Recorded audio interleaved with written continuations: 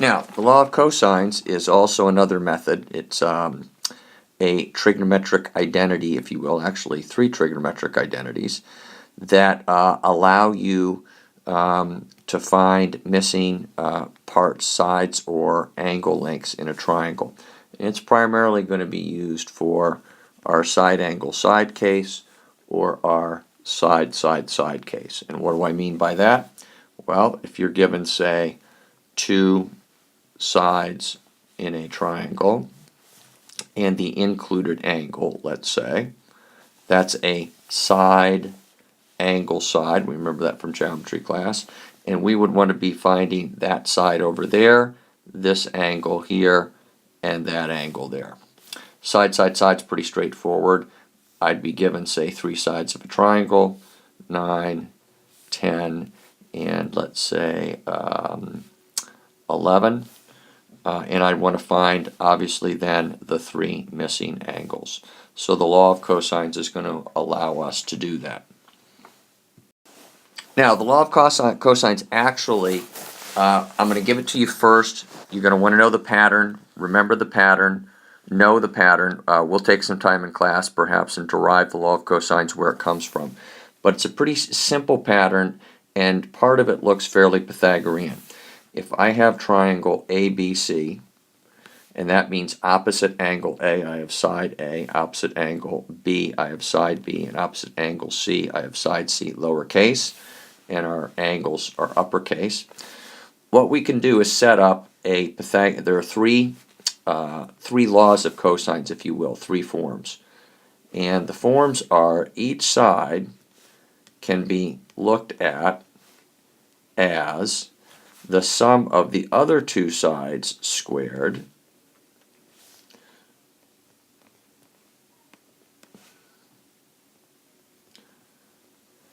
minus a factor. And the factor is the following: 2 times the product of whatever two sides you've got here, B and C. So here would be A and C. And down here would be A and B.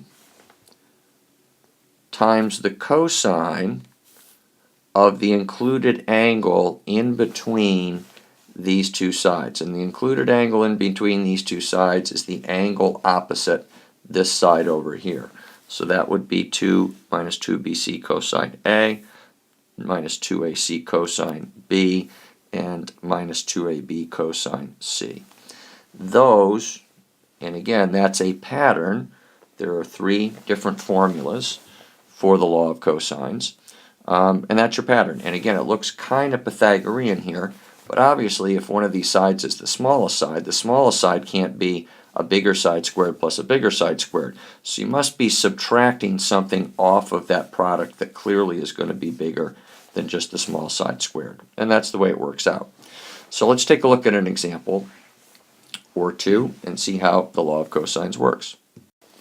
So let's suppose here we have angle A is 98, B is 11, C is 14, and this is triangle ABC.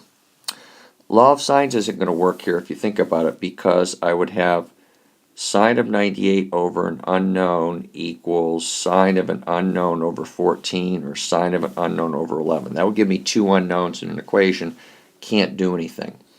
But my law of cosines allows me to set up a relationship here where I can find this missing side A, because I know that A squared is going to equal 11 squared plus 14 squared minus 2, 11 times 14 times the cosine of the angle in between the 11 and the 14, which is 98.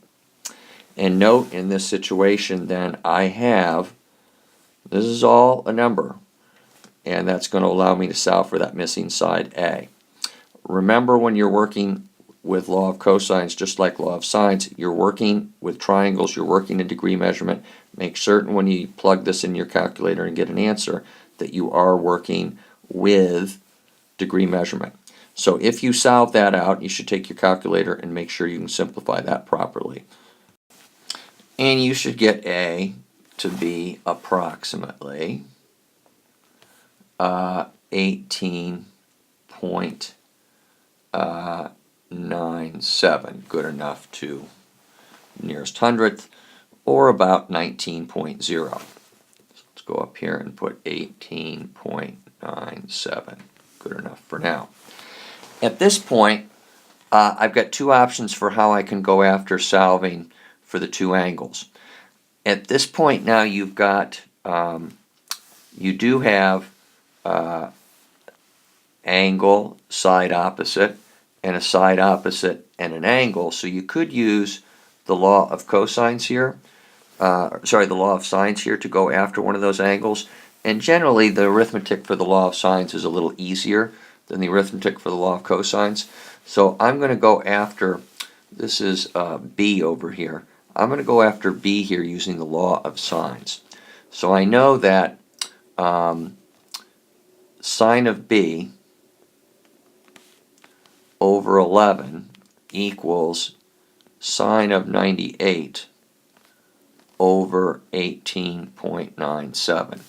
And I'm going to solve that for B. Now I'm going to have to use sine inverse because I know that sine of B equals 11 times sine of 98 over 18.97.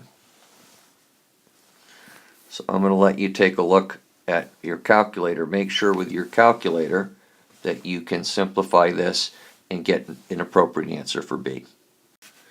And you should get that the measure of angle B is about 35.0 degrees. And if I put that back in up here where B is 35.0 degrees, I then can say, well, the sum of the angles in a triangle is 180. So 180 minus 35 minus 98 gives me my missing angle up here to be 47 degrees. And when I get my answers done, what I want to do is check. I want to make sure that opposite the largest side is, or opposite the largest angle is the largest side, opposite the smallest angle is the smallest side. So let's check here. Let's see, biggest angle is 98, side's 18.97. 18.97 is indeed the largest side.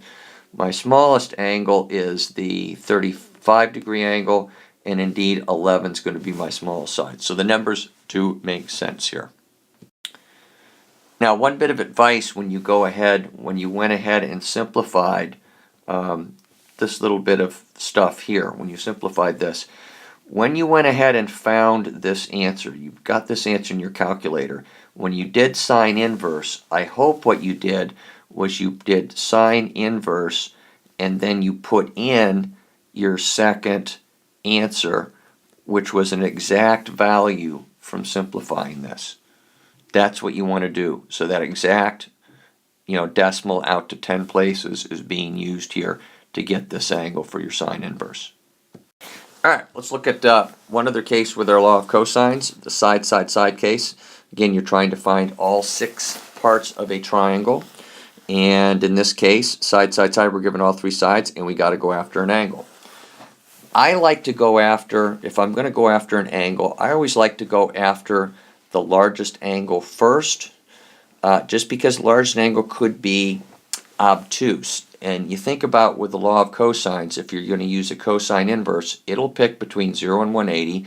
And if the angle's obtuse, you're going to get an angle that's obtuse. That's the largest angle in the triangle, and you're good to go. So looking at this triangle, opposite the longest side will be the largest angle. So B, being opposite 12, is going to be my largest angle here. So I'm actually going to go after that angle B. To do that, I then know that I've got 12 squared equals 9 squared plus 10 squared minus 2, 10 times 9 times the cosine of B. And I need to do this efficiently and get myself into a place where I can get that cosine inverse of some number to give me angle B. So here's what I do. And again, you can do things differently, but I tend to organize it and actually do a little writing before I plug into my calculator. And if the numbers are easy, even better. So 144 minus 81 minus 100, moving those constants over, divided by negative 2 times 10 times 9 is 90, so that would be negative 180. Negative 180, that's going to equal cosine of b. So then I go ahead to my calculator and I get this expression right here, get an exact decimal value for it, and then use second answer for my cosine inverse. So let's see how that works.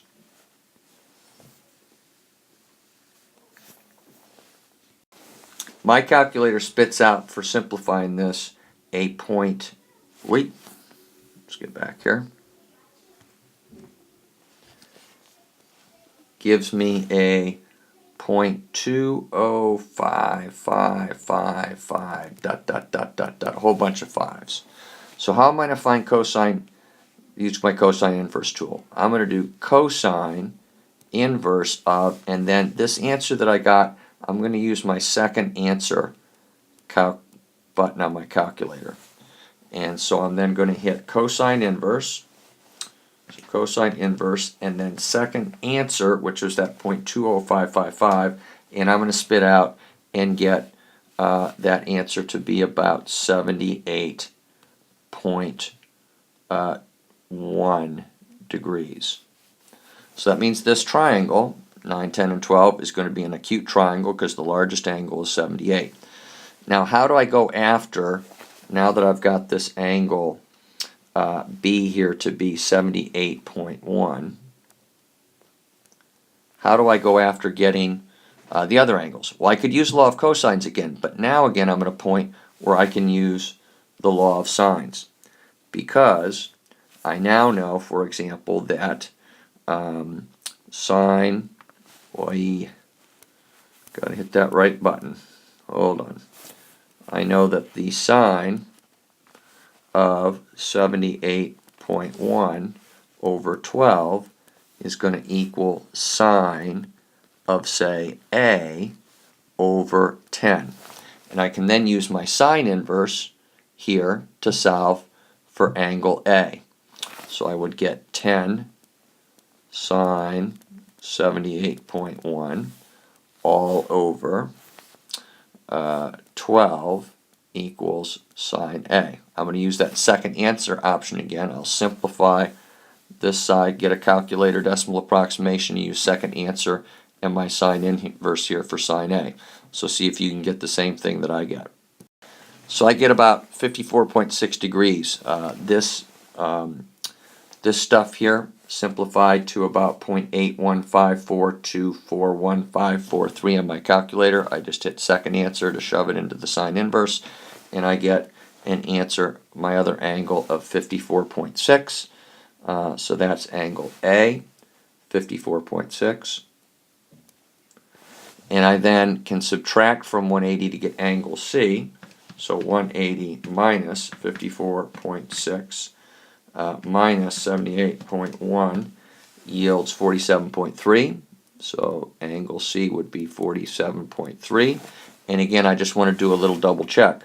Opposite the largest side, largest angle 78.1. Opposite the smallest side, which is 9, the smallest angle 47.3. And opposite the middle side is the middle angle 54.6 degrees.